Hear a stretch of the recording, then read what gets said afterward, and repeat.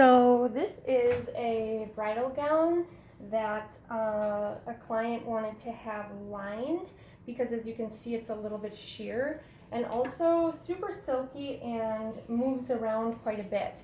So I think the challenge here with this kind of fiber is that we want that liner to stay in place, basically be tacked in so that it doesn't create rumples and puckers underneath when she's wearing it. So essentially what I did was fit it on her and create a new shape and then deconstruct the garment itself so that I could rip a pattern into the fabric that she provided here for the liner piece. So that was completely deconstructed, folded in half, got the symmetry, and pulled this out, including the darts here.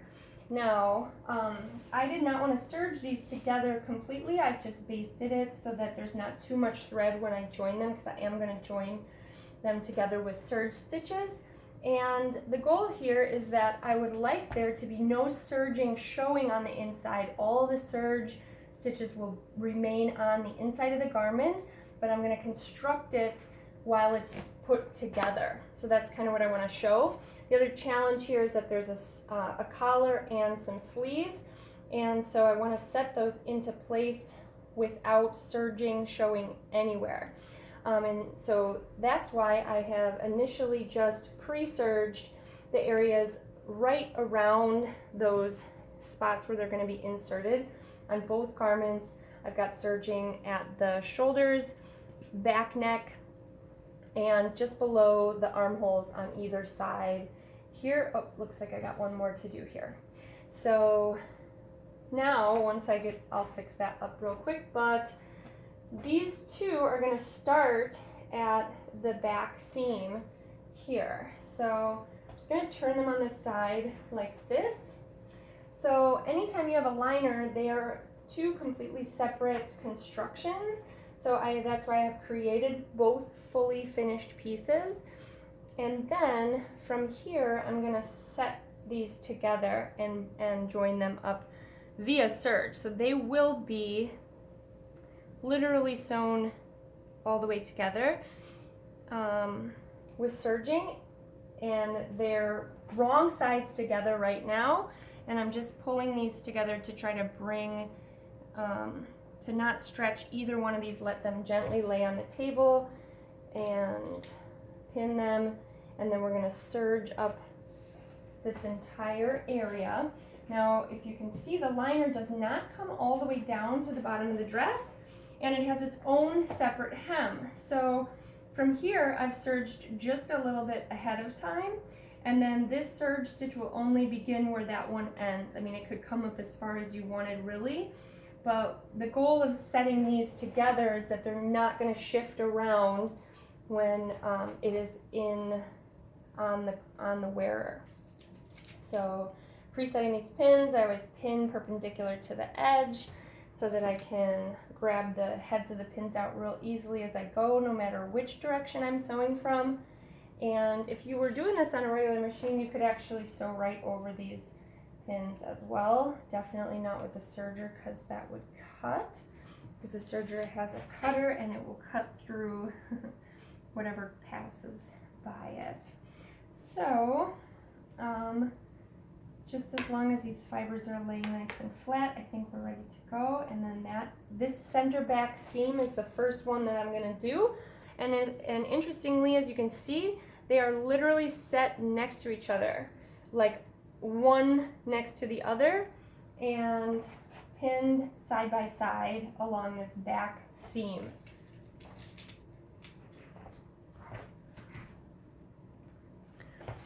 Okay, back from the serger, this center back seam is here. These dresses are side by side. I had pre-serged the neck because I wanted to keep that open, and I wanted each one to have their own serge. Same with the bottom where the liner ends. I had pre-serged that and then just joined them up until right where they were finished.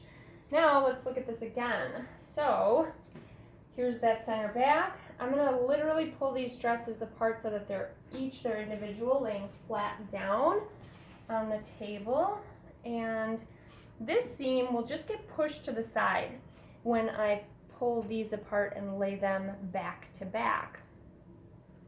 And I'm going to do the same thing on either side here, which is I've got the pre-serged openings here so that I can fit my sleeve in later, and set these up, connect the darts, and work my way down the garment.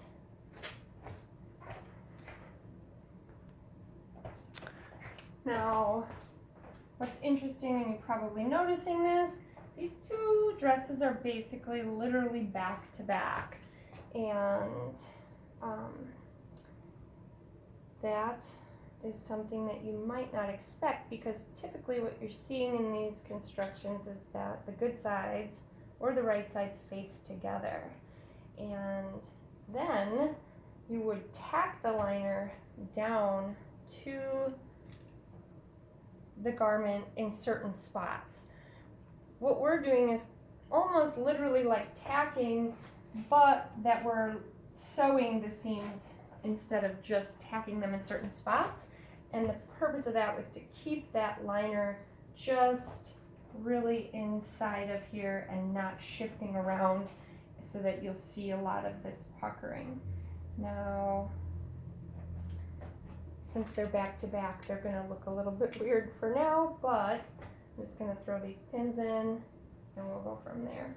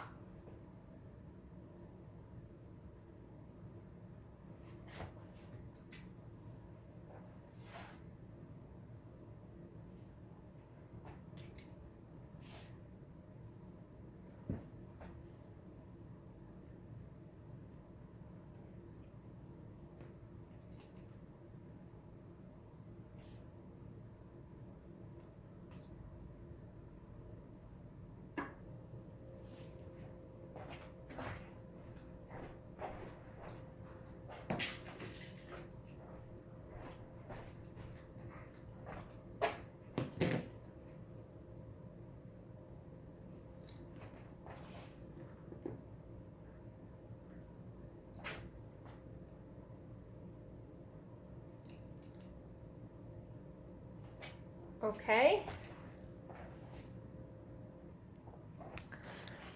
Okay, just back from the serger here. And I did not join these shoulders yet, and I'm not too concerned about them because these are easy to just tack right when we're done. But as you can see, the hem is loose here, it's not attached, and the sleeves are not attached at this point. So I pre-serged those. I basted everything, and then I pre-sewed these, and the two dresses are back to back and inside out.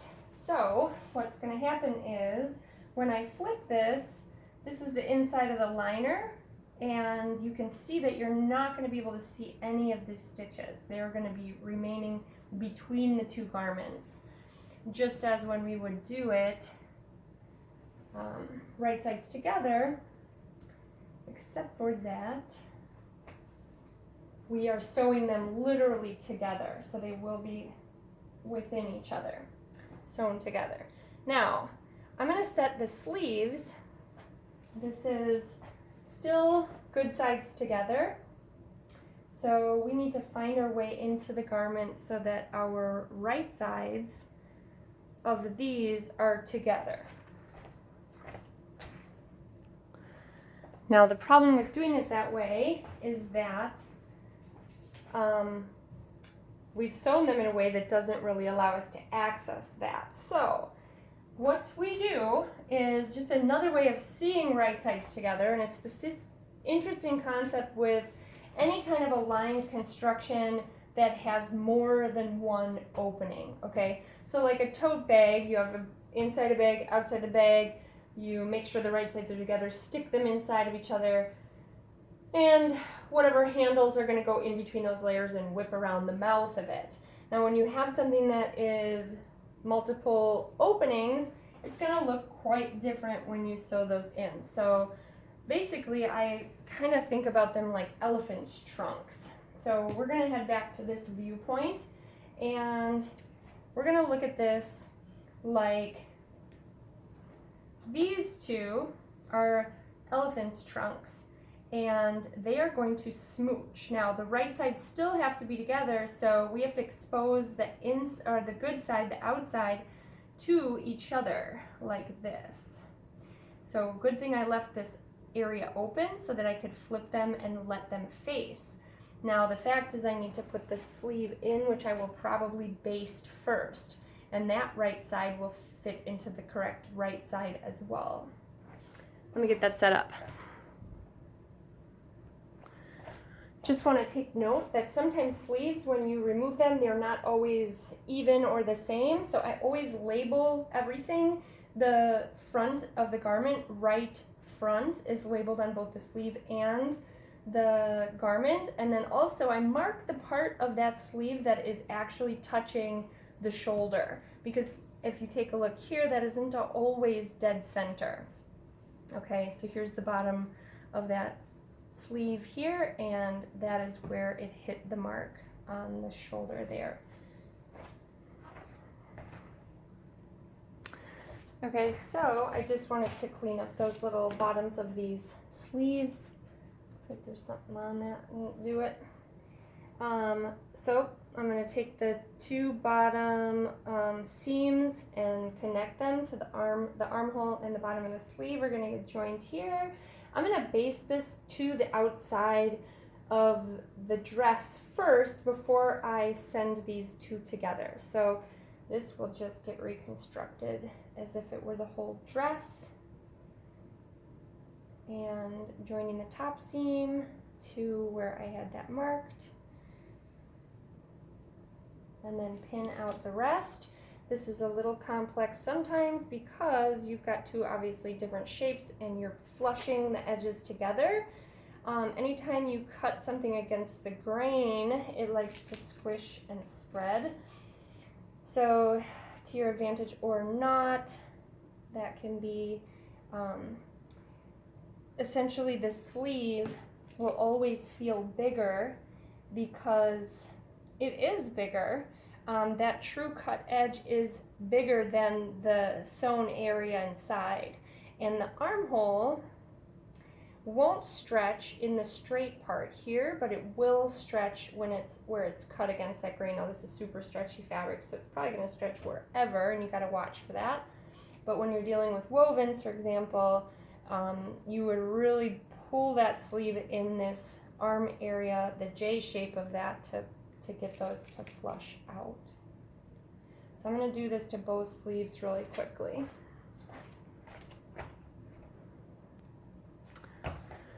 One last commentary here on sleeve setting. So since I know my top and bottom and I have those pre-marked, I usually start with the two pins here.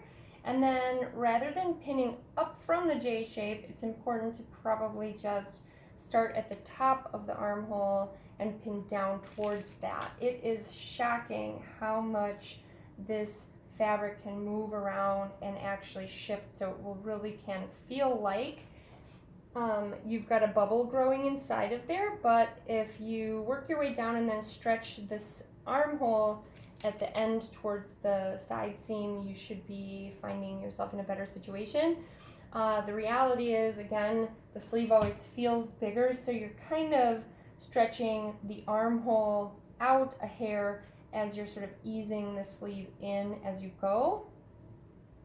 And while you're sewing, I guess it does make sense to put anything that's squishier or more larger on the bottom where the feed dogs are, and keeping the one fabric that's trying to stretch out under the foot so that it kind of gets pressurized as you go. Just a few little tips. Sometimes it makes a difference, sometimes it doesn't. So this is looking really good, and I'm going to baste these in.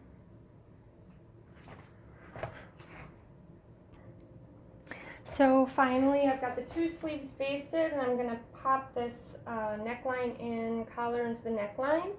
And so I have a seam. I'm going to put it center back to center back of the dress. And then this is basically possibly a familiar technique to everybody. It's quartering.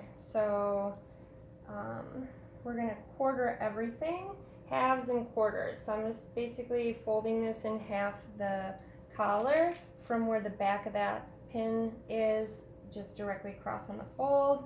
I'm going to put a pin right there, and then I'm doing the same thing here. I'm going to set the shoulder seams here to make sure I'm even on that, and then I'll pop a pin in right here just to mark the true center front.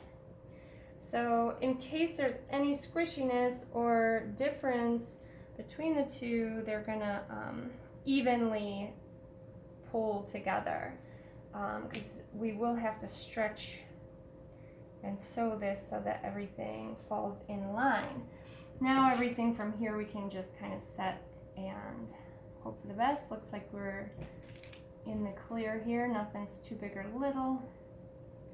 We're basically, the goal is to equalize any slack if there is any, and to make sure that we keep everything even all the way around.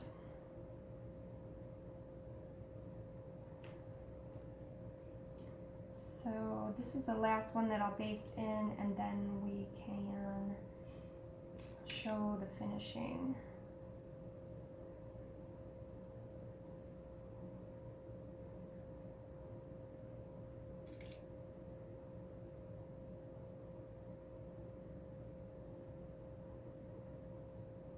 Okay.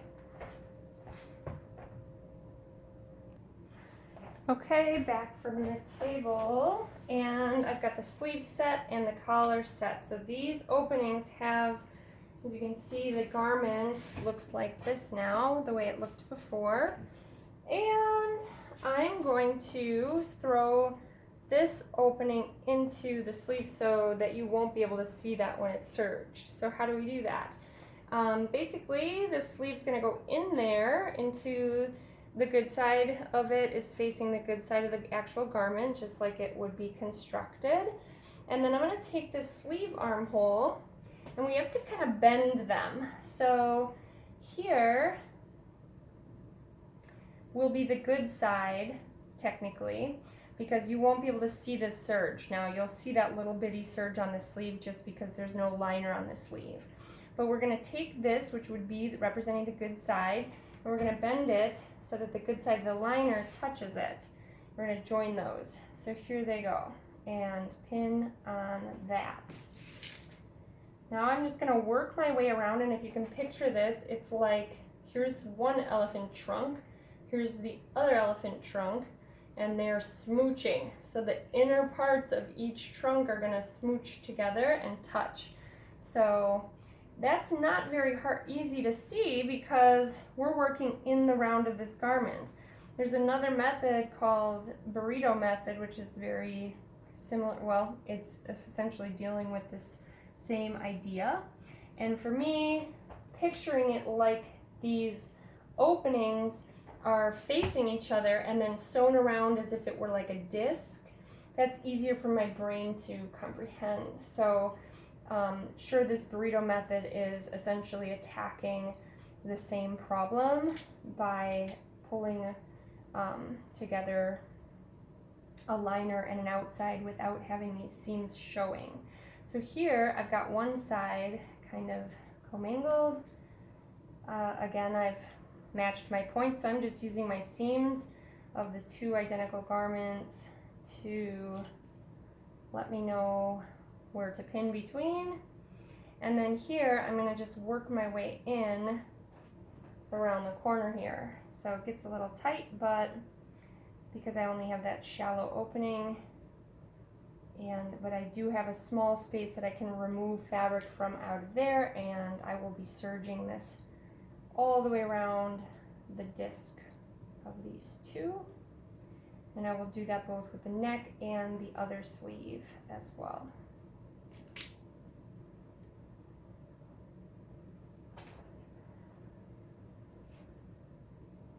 So here's my original pin, came out of that side. And I have full access through that little bit that I left in open.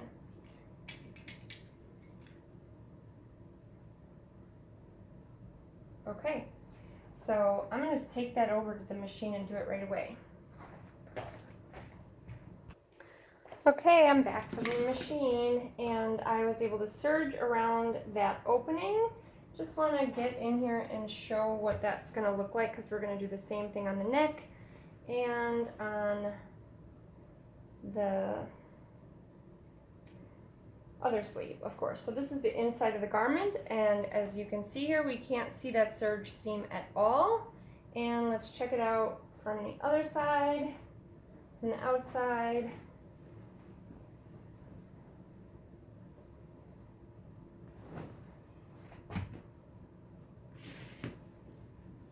All right, great. And it looks beautiful.